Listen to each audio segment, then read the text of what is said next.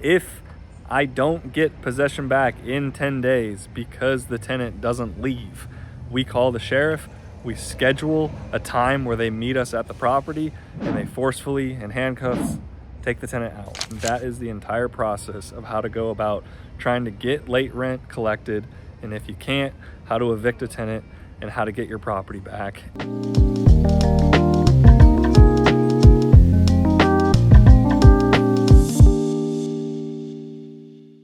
Thank you for clicking on this video. I am Prop Manager Dan.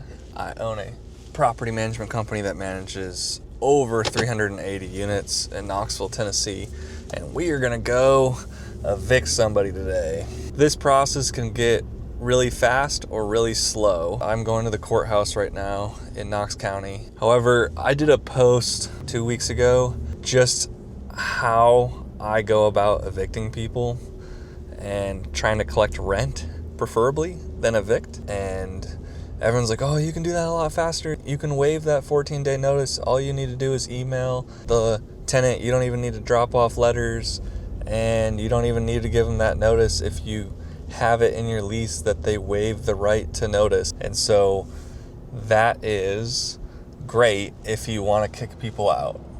However, if you manage C-class assets and you evicted every single person that was late on rent, you probably would only have a 50% occupancy. And that's the reality. Honestly, right now in the open market, it is tough out there to find a new tenant. And so if you can work with the current tenant that you have, it's better than just going and kicking them out.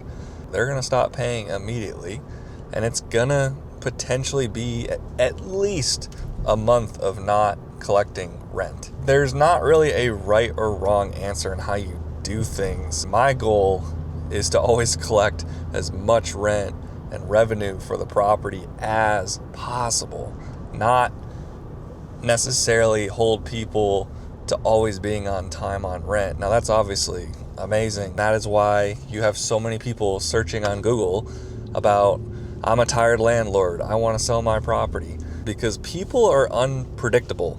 And that is not a reflection of you as a landlord. That is just the reality of the world we live in. Like, these are all things that are naturally going to happen whether you go with a property manager or not. And so why am I driving to the courthouse, and where is this in the timeline of evicting somebody? And I'm again in the state of Tennessee, in Knox County, and how we go about late rent into an eviction process is called the Stonebrook Gauntlet. And honestly, we probably communicate, and so rent is due on the 1st. Now, on the 6th of the month, rent is late. I actually don't charge all of my late rent on the 6th because I want to have negotiating power.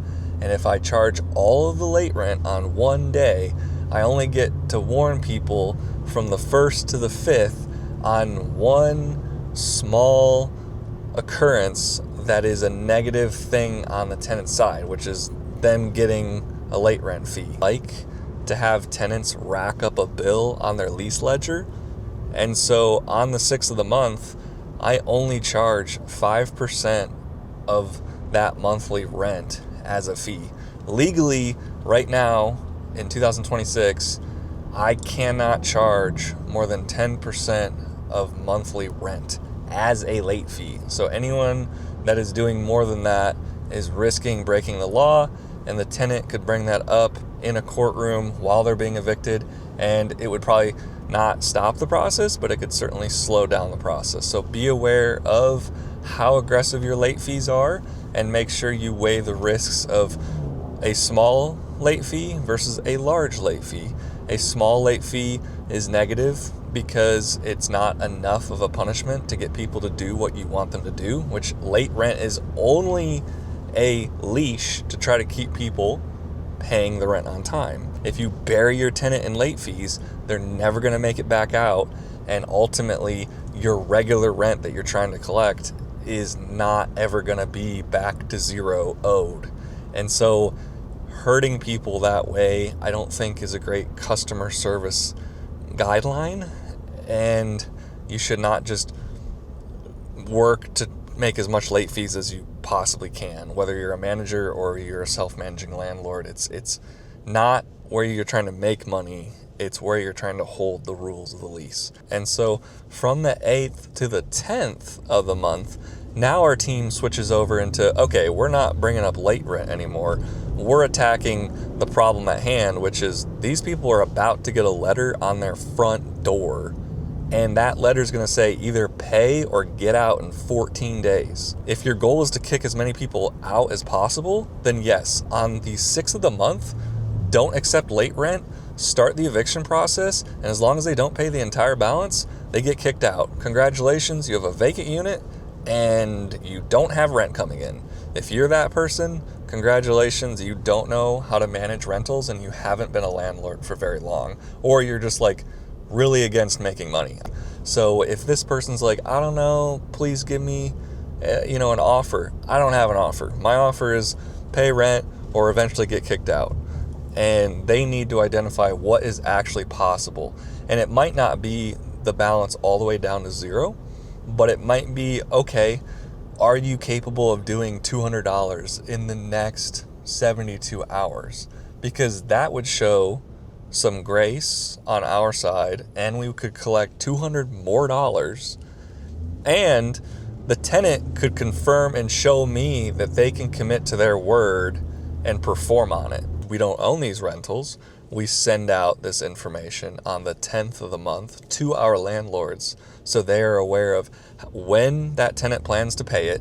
In their opinion, it doesn't mean we have to commit to that.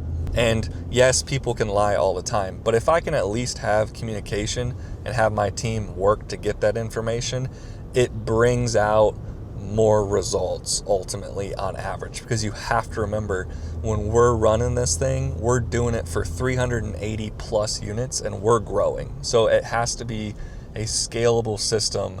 And honestly, if you do this from day one, that will keep you legally compliant, and you will learn bigger and better systems as you grow that will ultimately result in a good performing portfolio. Just getting back to like the 10th of the month, that is one of the final things we do. We put letters on the front door, not in the mailbox, on the front door, and we take a picture of that so we have proof for the court that we have basically internally served our tenant a 14-day notice at this point.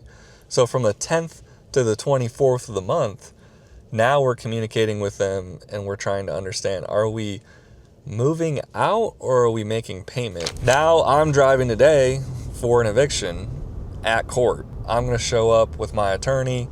I am showing up as a witness of the lease. So I will swear in, oath in. My attorney just says, yeah, the tenant didn't pay rent, and so we're going for possession. We'll retain the security deposit and we'll get the unit turned over as soon as possible, send the rest to collections. They can handle the outstanding balance from there, and then we will remarket the property and find the next tenant. The judges will actually work with you probably, in my opinion, a little bit more, because you're not just like going after all this money and being unreasonable as a landlord. You're coming in looking very reasonable, saying, hey, at this time, we're just looking to get our keys and for them to relinquish the property. And at that point, we typically win. I've never really not won. So it's kind of like really not that stressful when you go. I'm going to show up at 9 o'clock. I'll walk in and then I'll sit, because it's going to be like 100 or 200 people in there. It's just insane. Every time I go in, it's just so many people. So we're about to go in to the courthouse, see how it goes. Should be pretty smooth.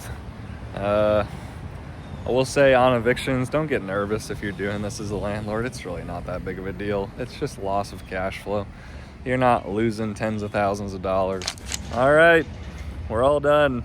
We won the court case and we're gonna get possession back in 10 days. If I don't get possession back in 10 days because the tenant doesn't leave, we call the sheriff. We schedule a time where they meet us at the property and they forcefully, in handcuffs, take the tenant out. And that is the entire process of how to go about trying to get late rent collected, and if you can't, how to evict a tenant and how to get your property back. So what am I always gonna say? Rents due.